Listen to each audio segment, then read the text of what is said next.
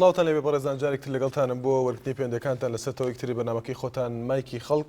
زیاتر لە 10 مانگە کێشەکانی نێوان هەولێر و بەغدا بەردەوامەوە تا ئێستا چارەسەر نەکراوە. زۆر جار دەرکردنی بڕیارێک لەلایەن هێرێمەوە یان لەلایەن حکوومەتی ناوەندیەوە بە تایبەتی و زیاتر بڕێرەکان لەوێوەن بە شێوەیەک لێک دەدرێتەوە کە ئەمە دژی پەیوەندیەکانی نێوان هەولێر و بەغدایەوە وا باز دەکرێت کە ئەمە وا دەکات کە کێشەکان ئالۆستر بن یاخود گەورەتر بن. دوا بڕیار تایبەتە بە پێکێنانی پۆلیسی ئیتیحادی یان هێزێکی ئیتیحادی لە کەرکووک، هەروەها چەند بڕیایەکتر لەگەڵ ئەوەشدا ئەمە لە ئێستادا وا باز دەکرێت کە ئەمە کاریگەری دەبێت لەسەر پەیوەندیەکانی نێوان هەولێر و بەغدا. بەڕێزان بەو پێی کە بەڵگەنامەیەکی تایبەتمان دەستکەوتووە لەسەر بڕیاری نوری مالیکی سەرۆکوەزیرانی عێراق و فەرماندەی هێزە چەکدارەکانی عێراق بڕیار درراوە بە پێکهێنانی پۆلیسی ئیتیحادی بۆ پارێزگای کەرکووک بە نووسراوی ژمارە 4587 لە ڕۆژی 2012 و بە ئیمزای عەدنان هادی ئەسەدی وەزیری ناوخۆی عێراق بە وەکالەت نێدراوە بۆ بەڕێوەبەرایەتی پۆلیسی کەرکووک و نووسراوەکە لە 3 خاڵ پێکهاتووە. یەکەم، پێکهێنانی لیوایەکی پۆلیسی ئیتیحادی بۆ پارێزگای کەرکووک، دووهەم پێکهێنانی فەوجی دووهەمی پۆلیسی ئیتیحادی بۆ پارێزگای دیالە، سێهەم دابینکردنی کەرەستە و پێداویستەکانی ئەو فەوجی لیوایی کە بۆ هەردوو پارێزگای کەرکووک و دیالە پێک دێنرێت. لەو بارەیەوە خالی شوانی ئەندامی پەرلەمانی عێراق پێی وایە کە پێکهێنانی پۆلیسی ئیتیحادی بۆ پارێزگای کەرکووک سەرپێچیە بۆ یاسای وەزارەتی ناوخۆی عێراق و لەلایەن لیستی هاوپەیمانی کوردستانیەوە ڕەت دەکرێتەوە. هەروەها ئەحمەد عەسکەری سەرۆکی لیژنەی ئەمنی لە ئەنجومەنی پارێزگای کەرکووک دەڵێت کەرکووک بارێکی تایبەتی هەیە و یەکێکە لە ناوچە کێشە لەسەرەکان، هەروەها وا پێویست دەکات ڕەچاوی ڕێکەوتنی پێکاتەکانی کەرکووک بکرێت و ئەو کات حکوومەتی ئیتیحادی هەوڵی پێکێنانی هەر هێزێک بدات دەبێت لەگەڵ لیژنەی ئەمنی ئەنجومەنی پارێزگا ڕێکەوتنی لەسەر بکرێت. بەڕێزان ئێوە دەتوان لە پەیوەندەکانتانە باس لە کاریگەری پێکێنانی ئەم هێزە بکەن پۆلیسی ئیتیحادی تا چەند کاریگەری دەبێت لەسەر پەیوەندەکانی نێوان هەولێر و بەغدا و بە تایبەتی لەسەر کێشەکانی نێوانیان، هەروەها بێگومان لەسەر تۆڕی کۆمەڵاتی فیسبوک بەناونیشانی facebook.com/nalya.tv دەتوان ڕاوتی بنووس سەرنجەکانی خۆتان نێرن. بەڵێ یەکەم پەیوەندیمان سارا لە سلێمانیەوە. فەرموو ساراخان.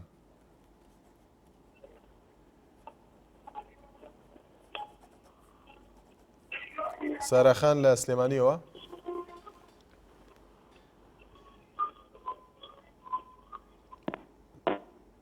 ساراخان گوێت لێمانە؟ بەڵێ دیارە پەیوەندەکەی ئامادە نییە. شێرزاد لە سلێمانیەوە. فەرموو کاک شێرزاد. کاگەشوان ئێوەرە باش. زۆر سپاس، ئێوارەت باش کاک شێرزاد.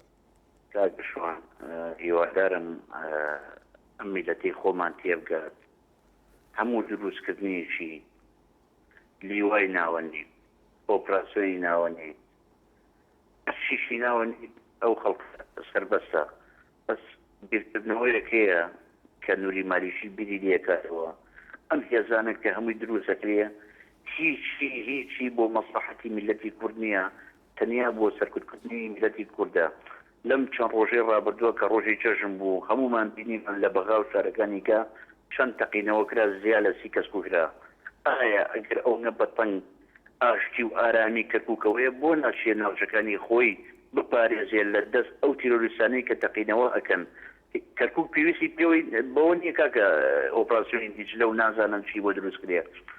پێویستی بەوان نییە ئەوان ئەو هێزانەی خۆیان برنەوانە شارەکانی خۆیان شارەکانی خۆیانی پێ ئارامکەنەوانێن، نەک ئەوە بێنن بە ناوی ئەوەی کە ئەمە بۆ تیرۆریستە و ئەمە بۆ ئارامکردنەوەیە و بەس ژێربەژێریش بۆ سەرکوتکردنی خەڵکی کوردە لە هەرێمی کوردستانە. ئەو هەموو دەبا بۆ ئەسلیحەی هێناوە کاکە ئەوە هەموو کە دەزانێت ئەگەر خەڵک عەقڵی هەبێ ئەوە هێنایەتی بۆ دژایەتیکردنی کورد. هیوادارم دوای ئەم پەیوەندەی من هیوادارم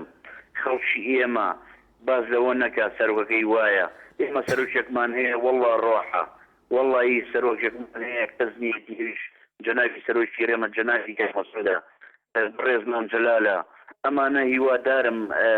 کەس تانیان لێ نەگرێ ئەو تانان ڕوبەڕووی نوری مالیشی کەنەوانەیە کە ئەو هێزەی هێناوە بۆ کەرکووک بۆ سەرکوتکردنی کورد هێناوێتی نەک بۆ ئاشتی و ئارامی. زۆر سپاس دەکەم. بەڵە سپاس بۆ پەیوەندەکەت شکار لە چۆمسەماڵەوە. فەرموو کاک شکار. ئەم کاتەوە باش. زۆر سپاس کاک شکار، هەموو کاتێکت باش. بەڵێ کاکشکار بەڵێ پێشگی دەستخۆش بەرنامەکە لێگەم دیارە پێکێنانی ئەم فەرماندانە بۆ پارێزگای کەرکووک ببوونی ئەو دانەکە هیچ حسابێ نەبوو کورد دەکرێ نەبوو ناوچەکانی ئەکرێ ینی کورد لەو ناوچانە بەڕاستی دۆڕاوە ینی ئەمە چەندین جارێ ئەمە قسە لەسەر ئەم ناوچانە ئەکرێ ئەم ناوچانە ینی فەرماندەی دیژلە پێگەێنرا بۆ ئاسایشی کەرکووک کەچی ئاسایشی کەرکووک بینین ڕۆژ لە دوای ڕۆژ تەخینەوەکان ڕوو لە زیادبوونەکە ینی بەڕاستیانی ئەم هێزانە ینی هێزێکن کە دێن ئیلا بۆ جیاتی کوردە و هیچی کە ینی ئەم شێخ جەعفەر لە کە دێتە کەرکووک و دێڵێ ئێمە جیاتی هەمووی هێزێکی ئەواگەن کەچی ناکاوت یەک دوو جارێ لە دوانە دەن دوایی پاشەکسابنەوە لە دوانەکانی و لە بەرامبەر بڕێکی کەم ئیتر پارە بێ هەشتی کە بێ بەڵێ کاکشکار بەڵێ وادار و یانی ئەم هێزانە بەڕاستی ینی بەرپرسانی کورد بەتوندی جیاتی ئەم بەرپرسانە بنەوە چونکی ئەمانە بەڕاستی کاریگەری خراپێ بێ بۆ سەرم بۆ ناوچەی کەرکووک چونکە کەرکووک ناوچەیەکی کوردیە و هەمومان شانازی پێوەکەین ینی خاڵێکی کەشەیەکە نیرومانێکی ئەم هێزانە نێرێ بۆکی وەکو هەمومان ئاگادارین کەرکووک 6 بە 6 کورسی بەرامبەر داوش کراوە بۆ هیچ دەسەڵاتێکی نییە لەو ناوچانە بۆیە لە ڕێزی هێزی سوپاوە ئەو ناوچەی کەرکووک و ناوچە دابڕانەکانی تر بۆ خۆی دابینکابووە داگیرکابووە داواکارین لە هەموو بەرپرسانی کوردستان لە عێراقدا بەتوندی بەرپرسی ئەم هێرشانە بدەنەوە بۆ سەر کەرکووک. بەڵێ سپاس بۆ پەیوەندەکەت لە سەر تۆڕی کۆمەڵاتی فەیسبوک. عوسمان حاجی سەلام دەڵێت تا پەیوەندیەکان لەسەر بەرژەوەندی حیزبایەتی بن هیچ کاریگەری نابێتەوە تا پێکهێنانی ئەو هێزە کاریگەری نابێتەوە خۆی دەڵێت. جەلال لە چۆمانەوە فەرموو کاک جەلال. کاک جەلال لە چۆمانەوە دیارە پەیوەندەکەی ئامادە نییە. ئاسۆ لە سلێمانیەوە فەرموو کاک ئاسۆ. کاکە شوانێوارە باش و جەژنی جەناوت و تەواوی کارمەندان پیرۆز. زۆر سپاس کاک ئاسۆ لە ئێوەش پیرۆز بێ. زۆر سپاس بەنسبەت تەوەرەکەی بەڕێستەوە ئەگەرێمە بڵێن مالیکی هەشتێک بیکە ئەگەر دەستخۆشی لێ بکەین لەوانەیە هێندێک کەس زۆر بەغەڵەت تێبن بەڵام بەداخەوە من ئەڵێم هەچ کاتی هەر شێزێک کە دروست دەکات بەڕاستی ئەمە ژێرمە بۆ سستی دەسەڵاتی کوردی خۆمان کە کارێکیان نەکردووە لە ناوچە دابڕاوەکانە یان لە خودی کەرکووکا با بڵێن کە کارێکیان نەکردووە دڵی هەموو لایەنەکان ڕاکێشن بەلای هەرێمی کوردستانە بەداخەوە ئەوەی کە کردویانە هەم زەربەشیان لە خۆشیانداوە لە نەتەوەکەشیان ناوە بەڕاستی چونکە ئەمان بە دوو هێزیجا هەموو کاتێک لە کەرکووک و ناوچە دابڕاوەکانە مامەڵەیان کردووە یعنی ئەوە ئەگەر لە هەموو شوێنێگە دژی یەکیش کارتن بۆ مەسلحەتی حیزبەکەی خۆیان نەبووە لەو ناوچانە هەموو لایەنەکان یەکدەست بوونە بۆ خزمەتکردنی خەڵک و بۆ جێڕانەوەی ئەو ناوچانەی کە پیانە لە ناوچە دابڕاو بۆ سەرهەرێمی کوردستان بەڵام بەداخەوە کارێکیان کردووە لەوانەیە بڵێم مالیکی شویان هێندێ لە دوانی سەرکردە کوردەکانی خۆمان کەوای کردو بەڕاستی ئەمڕۆ مالیکی ئەو هەموو فشاران لەسەر خۆمان دروستەکە پێت وایە کاگاسۆ ئەمە تا چەند کاریگەری دەبێت لەسەر کێشەکانی ئێستا نێوان هەولێر و بەغدا بە تایبەتی دواسەردانی شاندی هەرێم بۆ بەغدا و درێژەپێدانی ئەو سەردانانە پاش ژنی قوربان تا چەند ئەمە کاریگەری دەبێت لەسەر پەیوەندەکان لە کاتێکدا کە هەڵ دەدرێت چارەسەر بکرێن. کاکە شوانجان ئێمە ئەزانین هەر کاتێکە هەتا نەکرد بۆ عێراق بۆ دەرەوە بۆ تورکیا ئەمانش هەتا ئەمانەی خۆشمان کاتێک کە وەفتی خۆمان ئەچن بۆ بەغا هیچ کاتێک تەفاسیلی وەزعەکان بۆ خەڵک ناگێڕنەوە لە هەمان کاتێک تۆ وەفتەکە نەگەشتە دەجێ بە هەمان شێوە مالیکی گوشارێکە جا بە هەر شێوەیە بە دروستیەکە ئەما بینی لەم ساڵانەی ڕابردووشا بەڕاستی کاتێکە وەفتی خۆمان ئەچوو بۆ ئێران بۆ تورکیا بۆ چارەسەرکردنی تۆبارانی حدودەکان بەڵام بە هەمان شێوە وەفتەکەمان هێشتا لێ بۆ ئەوان ناوچەکانی خۆمانیان تۆبارانێکە جا بۆیە بەڕاستی ئەم کۆبوونەوانی خۆشمان لەگەڵ سەرکردایەتی بەغایە بە هەمان شێوەی هیچ ئامانجێکی نابێت. بەڵێ سپاس بۆ پەیوەندەکەت سەرتیب لە چەمچەماڵەوە فەرموو کاک سەرتیب. کاک شوان باشی بە قوربان. زۆر سپاس کاک سەرتیب. برای بەڕێزم پێش خۆت نیظامی پێشووی حیزبی بە ئەسعارەبێکی زۆری هێنابوو لە حدودی سعودیە و سووریاوە بۆ ناوچە کوردنیشەکانی وا بڵێن گەلویان خوارووی کەرکووک مەتارە و چەورکە ئەو گوندانە اینجا دوای سقوتەوە بۆ ئەو عارەبانە لە ترسان ڕایان کرد کوردەکان چوونەوە دیات و گوندەکانی خۆیان لە دەوری داخوخ و دووش خورمات و با بڵێن ناوچەی گەرمیان بە شێوەیەکی عام بەڵام ئێستاوە بەرەبەرە بە پشتیوانی فرقەی دوانزە ئەو عارەبانە پشتیوانیان لیەکەن فرقەی دوانزە پشتیوانی لەو عارەبانەکە و دووبارە ئەیانهێنەوە ئەو گوندانە و کوردەکان دەربەدەرەوە تەرحیلێکی تر و تەبعیدێکی تر بەڕاستی کێشەکە زۆر مەترسیدارە و بەرەو چارەنووسێکی نادیار ئەڕۆین و دوای جەژنی قوربانی دووبارە دانیشتەکان لە بەغا لەگەڵ حکوومەتی مرکزیایی سوودێکی نییە لەبەر ئەوانەی ئەمانە پامبەدین بە دەستورەوە بە جێبەجێکردنی دەستور و بە لەگەڵ عێراقی ئیتیحادیانین من پێم وابێ ڕۆژێکی ڕەت شارە نووسی ئێمە دیاری ئەکا گەشتبین نیم متەفائیل نیم دیتر نازانم بڵێم چی وە خۆشمان دوو دڵ و ناتەبای لە ناویەکە ئەگەڕێتەوە بۆ نایەک خطابی و نایەکغزی خۆشمان بەڕاستی مەترسیەکی گەورە بە شێوەیەکی عام لەسەر کوردەیە نەک تەنها لەسەر کەرکووک و ناوچە دابڕاوەکان بیر و بۆچوونی مەرحەلەیەکەمان ئەیانەوێت بمانێنەوە خەتی 36 دوای خەتی 36 بە ساڵێکی تر بمانبەنەوە حدودی تورکیا ئێران ئیتر ئەمە خێر کەلامی ماقەل لەوە دەن زۆر لە نێژا باسم شتێشەکەین و ئەمە کۆتاییەکەی سپاس دەکەم. سپاس بۆ پەیوەندیەکەت سەروەت لە کەرکووکەوە فەرموو کاک سەروەت. کاتدار کاک شوانجان زۆر سپاس دەکەین فەرموو. کام سەرەتا دەستخۆشی بەنامەکەتان لێکەم و جەژنە پیرۆزە لێکە بەیەکی کارمەندانی هێناختیەکەم چاوی هەمویان ماچەکەم. زۆر سپاس کاک سەروەت بەناوی هەمویانەوە و لە تۆش پیرۆز بێ. زۆر سپاس کاک شوانجان بەنسبەت ئۆپراسیۆنەوە یاخود بڵێن ئەم هێزە ئینتیحادیە کە لە شاری کەرکووک دامەزراوە. ڕاستی کاک شوان ئەم هێزە ئەبووە هێزێکی کوردی بووە نەوەکو هێزێک بووە کە لە ناو بەغاوە بێتە ناو شاری کەرکووکەوە یاخود فەرقەی 12 سەرپەرشتی بکات چونکە هێز ئەم هێزە بۆ نەکراوە کە ئارامی بە خەڵک ببەخشە بەڕاستی ئەم هێزە ترس و تۆقاندنی زیاتر لە ناو هاوڵاتیانی شاری کەرکووکە دروست کردووە من بەڕاستی نازانم چەند ئەندام پەرلەمانمان هەیە لە بەغداد و لە شوێنەکانی تر حکا بەرپرسی زۆر گەورەمان هەیە لە شاری بەغدایە کە پایتەختی بڵێن عێراقا بەڕاستی هیچ ڕەچاوی ئەوە ناکەن ئایا کەرکووک کوردستانی یاخود سەر بە بەغدایە ئەمانە چەند هۆکارێکن لە شاری کەرکووکە کە ڕوو ئەدەن بەڕاستی بۆ نمونە چەندین ئەندام پەرلەمانمان هەیە کە دانیشن لە شوێنێک ئەڵێن ئێمە ئیشمان کردو بۆ کورد لە شاری کەرکووکە وامان کردووە لە هەمان کاتێکە ناتوانن ئەوان ڕێگر بن لە هێزێک کە بە ناوی ئۆپراسیۆنی دیجلەوە یاخود ئینتیحادەوە کاتۆتە ناو شاری کەرکووکەوە ئەم هیوادارم ئەم بەرپرسانەی خۆمان کە لە شاری کەرکووکن کە لە بەغداد داوامەکەن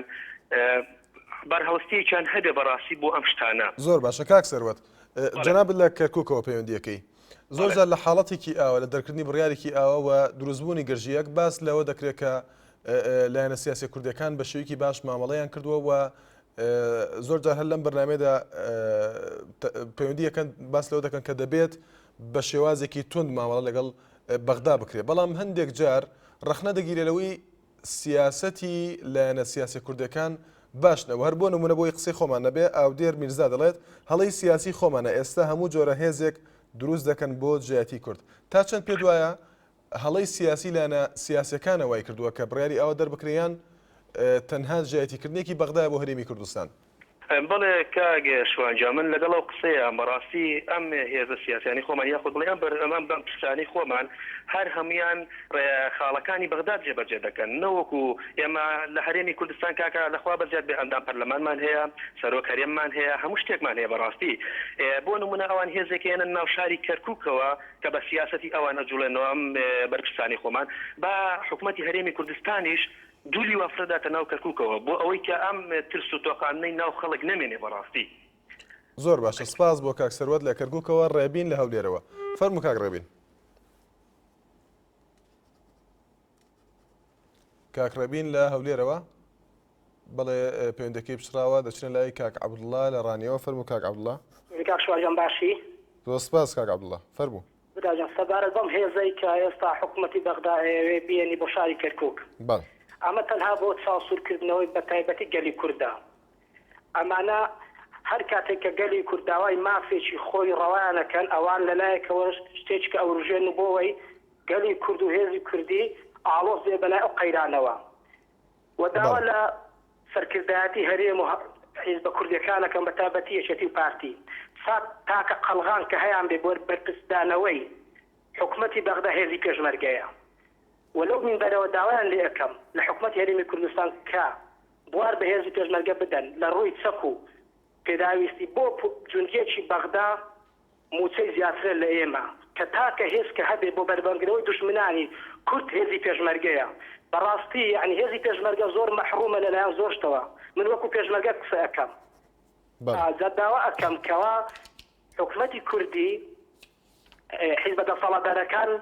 يعني زیاتر چاو بە هێزی پێشمەرگەدا بخشێنەوە لە ڕووی موچەوە لە ڕووی چەک و فیشەکەوە یعنی بۆ پێشمەرگەیەک بە چەک و فیشەش خۆی بستە ڕەبایەت بۆ ئێمە چەند ساڵ حکوومەتین ئەوان لە 2003ەوە حکومت دامەزراوەتی ئیران ئێمە لەنەوە تویەکەوە چەند ساڵە پێشمەرگەمان هەیە داوایان لێ یەکەم لەو مینبەرەوە کە چاو بە هێزی پێشمەرگەدا بخشێنەوە بەڕاستی کە بۆ خۆیان لەن هێزی پێشمەرگە خەتی سوورە داوا لە بەڕێستەکەم کە ئەوان زیاتر ئیران بە هێزی پێشمەرگە بدەن و زۆر سپاس دەکەم. زۆر سپاس بۆ پەیوەندەکەت ڕەحیم گەرمەکی دەڵێت بەهێڵوێستی هەندێک لایەنی کوردستانی لەسەر کێشەی نەتەوەیی نیشتیمانەکان خراپبوونی زیاتری کێشەکان لەگەڵ بەغداد لە ڕێدایە. فەرمان لە کەرکووکەوە فەرموو کاک فەرمان. هەلو کاتە باش کاک شووە. زۆر سپاس کاکە فەرمان فەرموو. دەست بۆچی بەرنامەکەت یەکەم براکەم وەڵایی بە نسبەت ئەم خوادیزگەیەکەوە لە شاری کەرکووکە بەڕاستی هەموو هۆی لایەنە سیاسەکانی خۆمانەکە بێ نسمانەیەک لە کوردستانە نسمانەیان بە یەکتری نەماوە. نوری مالکیش لەم کاتەیە بە هەلێکی زۆر چاپ و زەقی ئەزانێ ئەڵێ لەم کاتە باشتر نییە فرسەتێکە با بچمە پێشەوە ئەگەر دەنگیان کرد نەکرد ئەوە کەرکووکیان نەدەستە سەنم. هیوادارم ئەو لایەنە سیاسانە بە خۆیان بچنەوە. چیتر خۆ قابلە ئەگەر گۆڕانەگە یەکێتی ئەگە پارتی ئەگەر سۆسیالیستە خۆ کورد و عەرەب نییە لە کوردستان. با بە هەرچیەکە بە خۆتان پێک بێن لە ماڵی هەتاکو و ناو ماڵی کورد ڕێک نەکرێ بەخوا بەغا با چاکتان پێ بڵێم بەغا ڕۆژ بە ڕۆژ وەکو سەدا حوسێن ئێوە کوردستانتانێ داگیر بکاتەوە. هیوادارم ئەو لایەنە سیاسانە بە خۆیانە بچنەوە. یەکتر چیتر شەڕە کورسی نەکەن بەخوا کوردەوەی شەڕە کورسی و شەڕە پارەکە لە بەغاش و لە کوردستانش شەڕی کوردایەتی ناکە شەڕی نەتەوە ناکە. داوا ئەەکەم بە خۆیانە بچنەوە بەخواکە بە خۆیانە نچنەوە. ئەمە دواهەلی کوردە ئەم جارە ئەگەر بێت و کورد هێزی پێشمەرگە نەنێرێتە سنوورەکانی حەمرین هەتا کوردە بێ 80 ساڵ دیکە خەبات بکات. ئەم جارە کورد بەڕاستی لە لایەنە سیاسەکان تێگەیشتووە ئەم جارە کورد ناکەوێتە دا ئەو لایەنە سیاسانە. بەڵێ سپاس بۆ پەیوەندەکەت کاک فەرمان. سپاس بۆ کاک فەرمان لە کەرکووکەوە سپاس بۆ پەیوەندەکەت. فەرزاد لە خەباتەوە فەرموو کاک فەرزاد. سەرەتا گەیشتن پیرۆز بێت کاکشیان. زۆر سپاس لە ئێوەش پیرۆز بێ کاک فەرزاد. بەڵێ بەڕای من بە نسبەت تەوەرەکەت بەڵێ نوری مالکی حەقی خۆەوە بکات چونکە نوری مالکی زدی کوردە هەمومان دەزانین. کاتێک لە نەورۆزی ڕابردوو جەناوی سەرۆک پێشبینی ئەو گوتی دیکتاتۆر خەریکە دروست دەبیتەوە زۆربەی لانە سیاسیەکان میدیای سیاسی و ئەهلی هەموو دەیانگوت کێشەی شەخسیە. نوری مالکی کاربازی بۆ پێشخابوور خۆ جەناوی سەرۆک لەوێ نەبوو شەخسی نەبوو. ئێستاوە کەرکووک جەناوی سەرۆک لەوێ نەبوو هەموو لانە سیاسەکان هەر هەمویان هەر کارێکی ئەوەکی نەتەوەی بی دەکەنە مزایدەی سیاسی. بەڵێ کاک فەرزاد ئەگە پرسیارێ بکەین پەرلەمانتارێکی ئیتلافی دەوڵەتی یاسا کە نوری مالکی سەرۆکایەتی دەکات هەرێمی کوردستانی بۆ تۆمەتبار کردووە کە مامەڵەکردنی دووفاقی لەگەڵ حکوومەتی ناوەندی دەکات واجەختی لەوە کردوتە کە هەرێم سوپای عێراق بە دوژمنی خۆی دەزانێت. پێت وایە ئەم جۆرە بیرکردنەوەیان ئەم جۆر لێدوانە بەو شێوەیە کە هەموو بڕیارێکی بەتابەتی ئەوەی کە پەیوەندی بە سوپای عێراقەوە هەبێ ئێمە بەو شێوەیە سەیری دەکەین مەبەستم حکوومەتی هەرێمە بەو شێوەیە سیر دەکرێت کە دوژمنی هەرێمە بۆیە ئەم جۆرە بڕیارانە بەم شێوەیە ڕەت دەکرێنەوە. کاکشیان دەزان هەرێمی کوردستان حەقەوە وا بیر بکەتەوە چونکە بینیمان لە سعودی و وڵاتەی عێراقی هات هەموو کوردەکان ئاوارە کرا. ئێستا ئۆپراسیۆنی دیجلە دروست کرا و لە بەرژەوەندی کەرکووکەکان دانیە. ئێستا پۆلیسی اتحادی چه پێویستی کەرکووک چ پێویستی بە پۆلیسەی نییە. نوری مالکی دژی کوردە یان نەک دژی عێراقی بەس نوری مالکی خەریکە دەبێتە دیکتاتۆر. بەڵێ سپاس بۆ پەیوەندەکەت. سپاس بۆ کاک فەرزاد لە خەباتەوە. سۆران لە سلێمانیەوە فەرموو کاک سۆران. کاکە بەنسبەتی ئەو هێزی جیحادی و هێزی دیجلە و ئەو شتانی کە باسەکرێ تقریبا ئەو شتانە هەمووی شتێکە گەر پشکرێت بەنسبەتی ڕێدانەوەی حکوومەتی هەرێمەوە چاوەڕوانی ڕەدێکی وا ناکرێت لەو مەسەلەیە لەبەرەوەی کە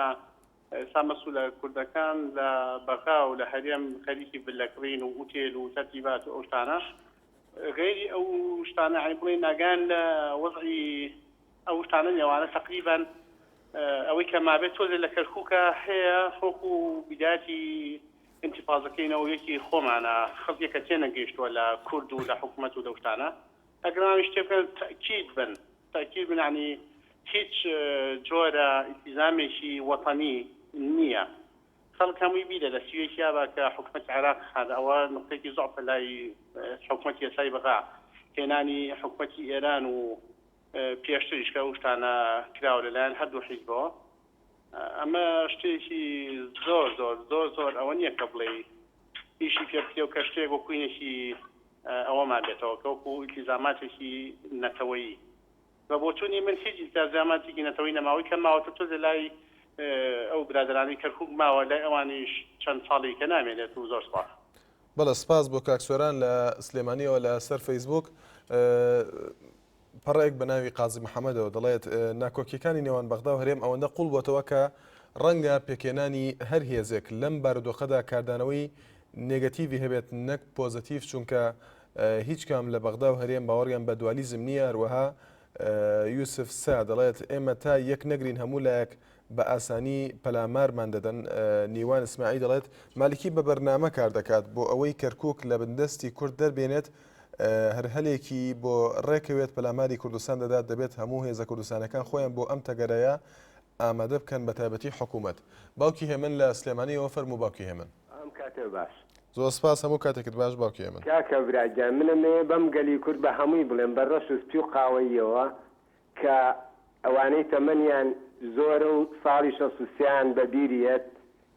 لیوایەکیان دروست کرد بە ناوی لیوای زەعیم سدیقەوە هات هەر بەم شێوە ناوە بوو کە ئێستا دروستیان کردبوو تازە حیزبی بەعس هاتبوو بەسەر حکوومەت و ئەمان ئەوەی بە سلەیمانی کردووە کە مەگەر ئەو خوایە بۆ خۆی و تاریخ بیجێڕێتەوە لە ڕۆژێکا منعی تەجەولی دروست کردووە 6 کەسی کوشتووە بەم دەوری قەراقشارە بە هەردەیەکا ڕۆشتووە کاول وێرانی کردووە ئەمە لەگەڵ ئەوە فەرقەکەی هەر ڕەش و سپێکەیە ئەجنا هەر لە یەک سەرچاوە هاتووە گەلی کوردیش پێویستە ئەوە بزانێ و خۆمان هەڵ نەخەڵەتێن و گەنجەکانیشمان هەڵ نەخەڵەتێن ئەمەن هینی سیاسەتی ناوەوە نییە باسی دەرەوەیە جاتکاتان لە یەکەم ئەمە بە خەڵکی ڕابگەن بەنیسبەت ئێمەوە بە هەر شێوەیە بمان کوژن بە زەهر بیا بە بارود بیا بە کیمیایی هەر کوشتنە ئەوانە شێوە کوشتنێکی ترا بەکارێنەوە ئەمجارە و ناوێکی تریان لێناوە و ئیتر زۆر سپاس دەکەم بەڵێ سپاس بۆ پەیوەندەکەت عەبدوڵڵا لە هەولێرەوە فەرموو کاک عەبدوڵڵا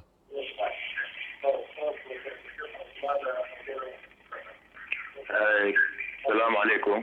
عليكم السلام كاك عبد الله قدني تلفزيونك كسكي ياخذ دكتور تولي باباشي كمان لدني اگر وابه بله دخوشي برنامجك اذا كم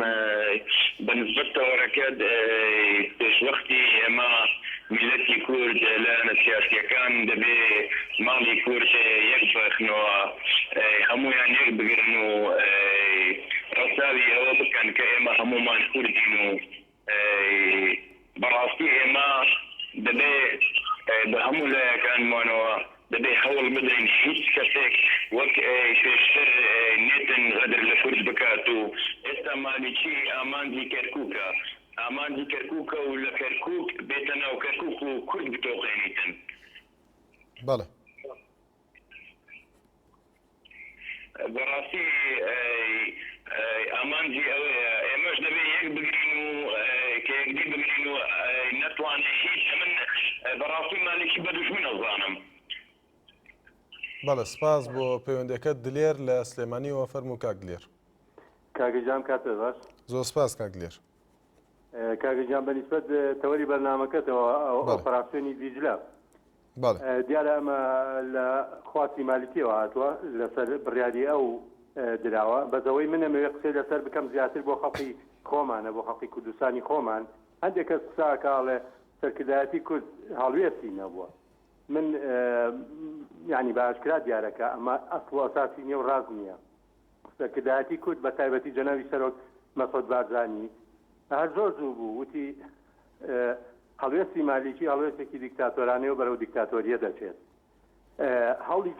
هەوڵێکی جدی بۆ لەسەندنەوەی متمانە لە کابینەکەی هەمومان نەزانین من نامەوێت باسیەوە هیچ شتێ بکەم هەموو گەلی کورد دەزانێ و هەمومان نەزانین بەهۆی شکستێنانی ئەو لێسەندنەوەی متمانەیە چی بوو ئەوە شتێکی وازەحە ئێمە وەکو گەلی کورد لە بەردەم هەڕەشەی نەکەر مالیشی داین بەڵکو لایەنەکانی تریش وەکو کوردستانی گەورە پێویستیمان بە هەڵوێستە بەڵام وەختی هەڵوێستێکی مەدانە جوامێرانە کوردانە وەرئەگیرێ شەدەوەی گەلی کورد شاهید بێ یعنی هێزگار ئەوە ئینسان نەچێتە ناو منهەجی حیزبایەتیەوە با ئێمە گەلی کورد بچینە ناو منهەجی کوردایەتیەوە زۆر واضحە زۆر واقعە زۆر ڕاستە کاک مەسعود بەرزانی هیچ کێشەیەکی لەگەڵ مالیچیان نەبوو با هەموو گەلی کورد ئاگادار و بزانن و واضحیشە کێشەی لەگەڵ مالیچیان نەبوو کێشەی کورد هەبوو لەگەڵ فەرمانڕەوای ئێستای عێراقا کاک مەسعود لەسەرەوە داکۆچی کرد و هەوڵی دا متمانەی لێسێنێتەوە بەڵام با گەلی کورد هەمووی شاهید بێ هۆی چی بوو متمانەکە نەسەندرایەوە منەوە نەم هەیە بۆ ئێوەی بەڕێز و هیوادارم ئەوانەی کە ئەڵێن هەڵوێستی سەرکردایەتی کوردنەوە بەخوانە بچنەوە بزانن کە ئەو هەڵوێستە واضحە چۆن ئەکرێ مەدی نەزەر نەگیرێت سپاس بۆ پەیوەندەکەت زۆر سپاس بۆ پەیوەندەکەت عادل لە سلێمانیەوە فەرموو کاک عادل کاکام کاتە و باش زۆر سپاس کاک عادل فەرموو کاکە گیان بەنسبەت ئەو جێشەی مالیکیەوە بۆ کەرکوو هیچ مەترسیەکی نییە و ئەویشی کەواڵێ ئەسڵ لە هیچ نازانێ مالیکی نەبێت یەک مانگ پارە نێنێرێ بێ و خەڵکە چی بکە مانای مەترسی نیەوانەی کەواڵەن هیچ شتێ نازان ئەوە مەترسیە کە داتێ وڵاتە ئاخوات ئەوە مەترسیە کە تارەکانی تورکیا ئەم وڵاتە قەسب بکەن مالیکی بووە مەترسیە وڵاتی خۆیەتی جێژێ نێقەی چێکە بەڵێ ئەوە بڕێی منە یانیوانێشی کەواڵێن ئەسا هیچ نازانەوە من بەگەوجیان نەزانم ببوورە کاک عادل با ئەو شتانە بەکار نهێنی سپاس بۆ پەیوەندەکەت خەیلانی لە هەولێرەوە سڵاو لێ بفەرموو ئێوارەتان باش زۆر سپاس کاک خەیلانی دەستان پیرۆز بێ زۆر سپاس دەکەم لە ئێوەش پیرۆز بێ لەس خۆشیە بەرنامەتان یەکەم کەلێک سپاس دەکەم بەڕاستی تەوەیەکی جوان و لەجێیە بەڵێ بەنسبەت تەوارەکە ئەو شتە هەر هیچ شتێ لە گۆڕێنێ تەنها تۆقێنەری کووردە هەتا تاکو ئێستا کات مەسعود سەردانێکی مالیشی ناکات کە بەشتەکان بەڕوونی و باشترایی بزانێت تاکو ئێستا لە خۆیان بەس بەرامبەر یەکدی دەجوولێنەوە قسەی خراپ دەدەن ئەوەشی ساڵوێستێکی نییە ساڵوێستێکی وای نییە ئەو برادەرەی لە چەند چەماڵیش تەلەفۆنی کرد وتی شێخ زەفعال پارە وەرەگەی نازان چی هەرگی زەورە سیاسەت نازانێ و تەداخلی شتانە دەکە سەر بەخۆ بەڵە سپاس بۆ کاک خەیلانی لە هەولێرە سپاس بۆ پەیوەندەکەت لە سەرتۆڕە کۆمەڵاتی فەیسبوک حەمەدیلان دەڵێت هێشتا مالکی هیچی نەکردووە 21 ساڵە هەموو حزبەکان لە ناو یەکدا یەکتری دەخۆن ئەگەر کورد هەمووی یەک بوونایە نەک مالکی ئەمریکاش نەیدەوێرە هەروەها ڕێبوار خالی دەڵێت بەڕاستی دروستکردنی ئەو هێزە کاریگەری دەبێت لە سەر پەیوەندی نێوان هەرێم و بەغدا ئەوەندەی تر کێشەکان قوڵتر دەبێتەوە مستەفا دۆسکی دەڵێت پێکێنانی هێزی اتحادی لە کەرکووک بە مەبەستی جیایەتیکردنی گەلی کورد دروست کراوە و پێویستە هەرچی زووە کورد خۆی بۆ هەر پێشاتێک ساز و ئامادە بکات گەنجانی قەسرێ دەڵێت باشتر وایە ئێمە لە نێوان خۆماندا یەک بگرین ئەو کاتە ناحەزان ناتوانن زاڵ بن بەسەرمادا و چانێک و پەیوەندەکانتان وەردەگرینەوە. بەڵێ بەڕێزان بەردەوامی لەگەڵتان پێشەوەی پەیوەندەکە وەربگرین بڵند سلێمانی چەند خاڵێکی نووسیوە لەسەر تەوەرەکە دەڵێت حەز دەکەم چەند ڕاستیەک بزان یەکەم نفوسی کورد لە کەرکووک زۆرینەیە و دەسەڵاتی بەڕێوەبردننی لەژێر دەستی کوردایە نووری مالکی دەیەوێت لە ڕێگەی هێزەوە دەسەڵاتی کوردی کۆنتترۆل بکات دووهەم هێزی پێشمەرگا بڵاو کراوەتەوە لە دەوروبەری ناوچەدابڕێدراوەکان ئەم کارانەی مالکی بۆ کەمکردنەوەی توانای هێزی پێشمەرگەیە بۆ دروستکردنی ترس و دڵڕاوکیەکی دانیشتوانی ئەو ناوچە کوردیانە سێهەم ئەم کارانە بە سیاسیکردنی کێشەکانی کەرکووکە و بۆ ئەوەیە وەک کارتی فشار بەکار بێنرێت لە دژی کورد تا لەسەر مێزی گفتوگۆ بکرێتە یەکێک لە خاڵەکان و لە بەرامبەریدا کوردیش دەستبەرداری مافێکی خۆی بێت لە چارەسەری ئەم کێشێدا ئەمە تێبینی بڵند سلێمانی بوو لەسەر تۆڕی کۆمەڵاتی فەیسبوک. بەڵێ هەڵۆ لە سلێمانیەوە فەرموو کاکەڵۆ. کاتە باش زۆر سپاس کاکەڵۆ فەرموو. ژنشتان پیرۆز بێ. زۆر سپاس لە ئێوەش پیرۆز بێ. کاکە بەنسبەت مالیکەوە بۆ هێزێکە دروستی کردووە. بەڵێ. من وەکو کەسێکی ئاسایی ئەم کوردستانە ئەو هێزە مەترسیە بۆ کوردستان ئەو وەکو منکو شخصی خۆم ئەو کەسەی ئیمڕۆ متمانەی بە یەک شیعە هەبێ لە سەکردەکانی شیعە پێم وایە خۆی هەڵەخەڵەتێنێ شیعە بە هەنگاو ئیشەکە ئەمڕۆ کەرکووک داگیر کاتەوە سبێنە دێتە بانی مەقام و چەمچماڵ قۆناغ بە قۆناغ بۆ ماوەی 3-4 ساڵێکە هەموو کوردستان ئەگرێتەوە کاکە جۆ لێمە بەڵێ گوێم لێتە بەڵام من بەداخەوە زۆر بەداخم بۆ هەموو گەنجەکە تەلەفۆنەکەن پیرۆزبایی لە سەکردەکانەکەن من پێیان دەڵێم ئەگەر سەکردێک عەدالەتە لەناو خۆیان چۆن ویژدانی ڕێگا دەدا ئەندام پەرلەمانی تەقاوتکە بە 6 ملیۆن و 300,000 ساڵێک هاتە 75 ملیۆن و 600,000 ئایا ئەمە عەدالەتە ئەمە ویژدانە ئەو گەنجەی کە تەلەفۆنەکە پیرۆزباییەکە پێم وایە لەوانەیە ناگری شیفا نەبێت کاکە بەسە پیرۆزبایی با ئێمە بە هەموو چینی تۆشەکانەوە بە مرۆچەکان بێگرین ئەم سەکردانە بینە سەر ڕێڕاست و کۆمان کۆکەینەوە گۆڕانکاریش گەورە بەڕێوە لە جیهانی عارەبی و ناوچەکەدا بۆی کە ئەم جارەش کورد بێبەش نەبێەوە دەربەدەر و ئاوەڕ نەبێتەوە خۆمان ڕێخینەوە برای بەڕێز کاتی پیرۆزبایی نییە بەڵێ براکەم بەڵێ کاگەڵۆ سپاس بۆ پەیوەندەکەت سالار لە سلێمانیەوە فەرموو کاک سالار ئەم کاتێ باش زۆر سپاس کاک سالار بە نیسبەت تەوەرەکەتانەوە دەستخۆشتان لێ یەکەم زۆر سپاس دەکەم کاکە جان بە ئەو خواتەی دیزلەوە بەڕاستی کە کاتێکە هاتووەتە ئەویا کۆبوونەوەی کردو کۆبووەتەوە لە سنووری کەرکووکە بەرنامەیەکی ئەو بەرنامەش بە ئەمری مالیشی دانراوە هەموو بەرنامەکرد بۆ سنووردارکردنی هێزی پێشمەرگەی و قواتی کوردیە جا ئێمەش لە ڕێگای خۆمانەوە جەنابتانەوە بەرنامەکەی جەنابتانەوە داواتان لێ یەکەم قواتێکی هێزی پێشمەرگا ڕێزمەیە بۆ ئەم پێشمەرگانەی کە ئەمڕۆ هەیە قواتێکی هێزی پێشمەرگە لە پێشمەرگە کۆنەکان قواتێکی ئێمە خۆمان لە ڕێگای ئێشێتی و پارتیەوە هەموو ئەحزابە سیاسی دروستکەنەوە بۆ هەست کاتێک هێزێک ڕوبەڕووی کوردستان بێتەوە ئێمە بتوانین ڕوبەڕوویان ببینەوە بەڵێ سپاس ئێمە ئامادەیمان تیا بێت کە ڕوبەڕوویان ببینەوە بەڵێ سپاس بۆ پەیوەندەکەت بێکەس لە کەرکووکەوە فەرموو کاک بێکەس زۆر سپاس لە ئێوەش پیرۆز بێ کاک بێکەس دەستخۆشی بەڵامەکەتان لێ دەکەم کاکە پێشیانمان گوتیانە مەزدەشێگەرێتەوە هەرچی لایشی پێبەرگە بێنێ لە باشووری کەرکووکە ئەوە ئەو پەڕی حەلکردنی کێشەکانە باشە ئەوەی دایانگوت مەسەڵبەرزانی کێشەیە لەگەل مالیشیە بۆی ژمارە ئەمایان کێشی چیە و سیناریۆ چییە ئەی خواتی دزەی چییە زۆر سپاس بکە عادلیس کوردەشی زۆر ژەرمیوە لە سلێمانیەوە ئافرین بۆ بۆچوونەکەی بەڵام خۆش هەموو کەس گەورەترە خەڵک بەجۆ دەزانێت سپاس بێوەش سپاس بۆ پەیوەندەکەت تۆڵا لە کەرکووکەوە یاخود لە سلێمانیەوە بورن لە سلێمانیەوە فەرموو بەڵێ کاکشوانجان دەستخۆشکەری بەرنامەکە لێ یەکەم زۆر سپاس دەکەین فەرموو کاکشوانجان بەڵێ بە نیسبەت ئەوەوە کاکشوان ئەو هاژوژەی هەردوو لایەنی سیاسیەکەن هەمووی درۆدە لەسە و فڕوفێڵە لە خەڵکی فەقیرۆژان بەڵێ ئەنجا ئەو واقع ئەمان ساڵینەوە یەک بە چاوی خۆمان دیمان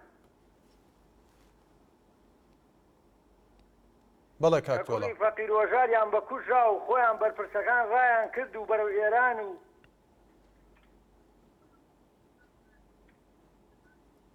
بەڵێ کاکتۆڵە ئێستش کاکشوانجان هەر عینەن هاشوشەکەی ئەو سایە لە کەرکووکا چەندین کوڕی قارەمانی فەقیرۆژار جێما پێشمەرگە و خەڵکی فەقیر و باشە کاکتۆڵە با پرسیارێ بکەین هەرچەنە پرسیاری خۆمان نییە هیوا محەممەد لە سەر فەیسبوک پرسیاری کردو بزانین وەڵامی لای تۆ چییە وەڵامی ئەو پرسیارە دەڵێت من نازانم بۆ دەبێت لەم هێزە بترسین لە کاتێکدا بەرپرسانی کورد لە بەغدا بوونیان هەیە ئەگەر جێگای مەترسی بێت بۆ دەسەڵاتدارانی کورد لە بەغدا بێدەنگن وەڵامی تۆ چییە بۆ ئەم جۆرە پرسیارانە کە باس لە بێدەنگی بەرپرسە کوردەکان دەکرێت یاخۆ لایەنە سیاسە کوردەکان لە بەغدا بەڵێ کاکشوانجان بەڵێ کاکتۆڵە بەنیسبەتەوە تۆ سوپاس سالاری کورد بە حساب مابەکردێباری باڵی وایە و شانی وایە سوپاس سالاری کوردە وایە ئەیوانیە کاکە لە بەغانیە بەڵێ وەزیری خارجی کورد نییە ئەی کاکە ئەم هەموو بەرپرسەی کورد لە بەغایی هەڵوێستیان نییە بەرامبەر خەڵکی کەرکوو بەڵێ سپاس بۆ پەیوەندەکە سپاس بۆ کاکتۆڵا لە سلێمانیەوە سەردار لە ڕانیەوە فەرموو کاک سەردار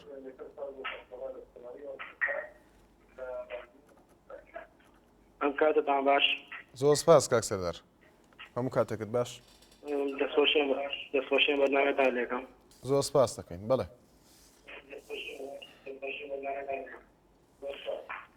بەڕێزم ڕاستی چەند ساڵە ئەو دوو حزبی سەرەکی کوردستانە لە بەغدان هیچی باوەڕ ناکەم هیچی شتێکی وایە نەکردووە بۆ کورد تەنها بوو بەشەوەندی تایبەتی و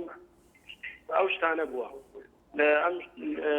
ئەمەی نووری مالکی شتێکی وای تیا نابینم لەوانێ پاراستنی کەرکوک بێت لە دەستی تورکیا ئەوەرەی تورکیا زۆر تەماحێکی لە بە تایبەتی لە کەرکوکە هەیە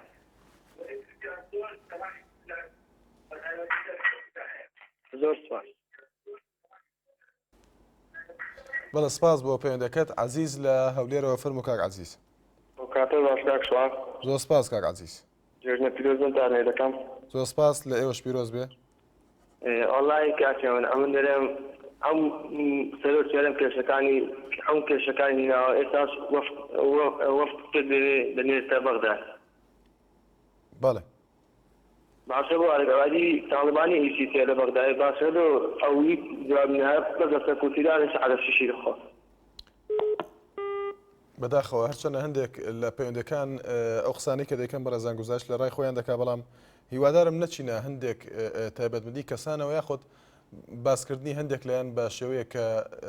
نەگونجێ لەگەڵ تەوری بەرنامەکە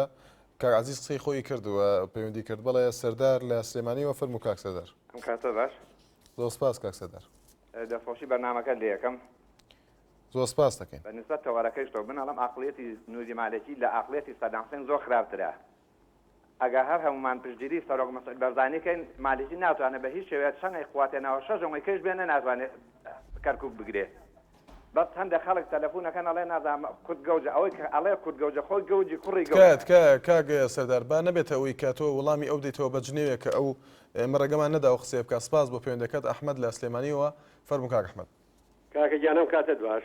زۆر سپاس کاک ئەحمەد چاکیوراکەم دەستخۆشی بەرنامەکە لە یەکەم برای عەزیزم زۆر سپاس دەکەم کاکە گیان ئێمە ئەزانین هەموو هێزێکی عێراقی ئیتر هەر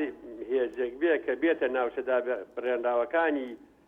سنووری هەرێمەوە ئەوە بۆ دژایەتی کوردە شتێکی واقعیە و ڕاستە وایە بەڵام ئەوەی لەسەر ئێمە لەسەر سەرکردەکانی کورد واجبە لە بەرامبەر ئەوەدا ئەبێ ئەمانیش هێزێکیان هەبێت تا ئێستاکە هێزەکانی وڵاتی ئێمە بەسەر دوو حیزبی دەسەڵاتدارە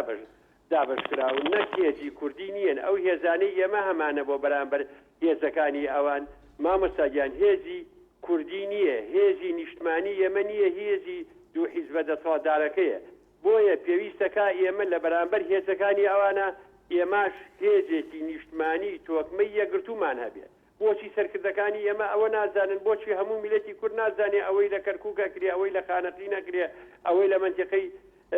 شنگار و شێخان و کوێ ئەکرێ هەمووی هێزی عێراقیە بۆ دژایەتی میلەتی کوردە بەڵام سەرکردەکانی ئێمە تا ئێستا لەبەر مەسلحەتی خۆیان و حیزبەکانی خۆیان بیریان لەوە نەکردێتەوە هێزێکی نیشتمانی تۆکمە دروست بکەن بۆ دژایەتی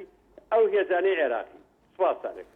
سپاس بۆ پەیوەندەکەت ڕێبوار لە هەڵەبجەوە فەرموو کاک ڕێبوار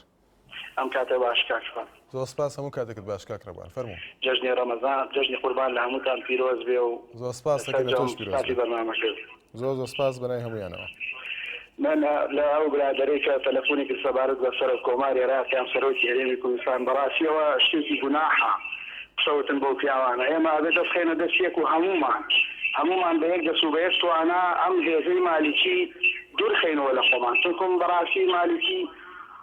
لەگەڵ بەغدادا هەر هەڵوێستەکەی فەڵاستەکان بەرامبەر کوتێ ئەوانش درێخیان نەکردووە هەبێ هەر وردە ئەوە شێوە چارەسەرنەوە من لێرەوە تەلەفۆن کەم ئاجێن بەسەر کۆمار بێم یان بە سەرۆکی هەرێم بەڕاستیەوانە کوردن ئەوانە پێشمەرگێن ئەوانە میلەتیان پەروەردە کردووە ئاڕایەتی ئەوانە ئێمە ئینشاءالله هەروان بەیسان ئەوەی عەسکەر و بایەکی پۆساڵ لە پێ کردە لە پیمانێ و کورد بوومایە کاکە زۆر باشە لەسەر تەوەرەکە کاک ڕێبوارەکە قسەیەکت هەبێ بەڵێ لەسەر تەوەرەکە والله ئەوەڵم بەڕاستی گوناحەکەنەوانە قسەڵم تەوەرەکە ئەوەی ئینشاءالله بەدەست لە دەست و قەوە لەخوا دووریانە خەیر و لە خاک و نیشتیمانی کوردستان و بە سەرکەوتوویەکی باشوور ئینشاءالله بەڵێ سپاس بۆ پەیوەندەکەت هەڤاڵ لە هەولێرەوە فەرموو کاک هەڤاڵ مرحبا يا ولد مرحبا كاك هفال فرمو غراسي توركات اسبانيا ناسي لبسي والله من صفاتي زلمت انا كم بو كان كتا والله عندي هفاقي اخواني الريكيه بدنا بو شويه بحث بك غراسي اساكن كود بويا كيك بقري نوكو بويا كان هفاق لولا بصاك غراسي كنتم شانيو يا همو كود خوي تصحيبك أنا تجلس بجيب زفاتي بيتشيك بس حسابك هذا غراسي من سعر وكل بلاينك تجي واكم أن هو أجي خلق ئەو قسانە کە هەر خۆم بۆ کوردێک پێم ناخۆشە یعنی شتێک نییە مەڵامان شتێک جزا خودم کرد هەنی ئەو شتانەی ئەوە نییە کە بۆ ئەلان باسێ بۆ فەزایی باسێ بەڕاستی ئێمە وەکو کوردێک گەڕایە فکرکەینەوە خەڵکی کەرکووک خەڵکی سەمار سلێمانی ئەو لێرەما هەمومان دەبێ ئامادە بین مۆزوعی مالکی مۆزوعی شیعە مۆزوعی عەرەب ئەمە تەنەها ساڵە ئەمە ڕابردوویەکی تاڵەیە لەگەڵ ئەم حکومەتە لەگەڵ ئەم دەوڵەتەیەکە ینی پێویست ناکە ینی ئێمە فکرەوە بکەینەوە ئێمە دابەزینە سەریە ئێمە لە جاتی ئەوەی ئێستای یەکگرین ئێمە یەکێکمانە باسم منێتان بڕام بڕێنی پێشمەرگەی کوردستان هەیە دێفاع لە کەرکووکش بکات لە خانەکەی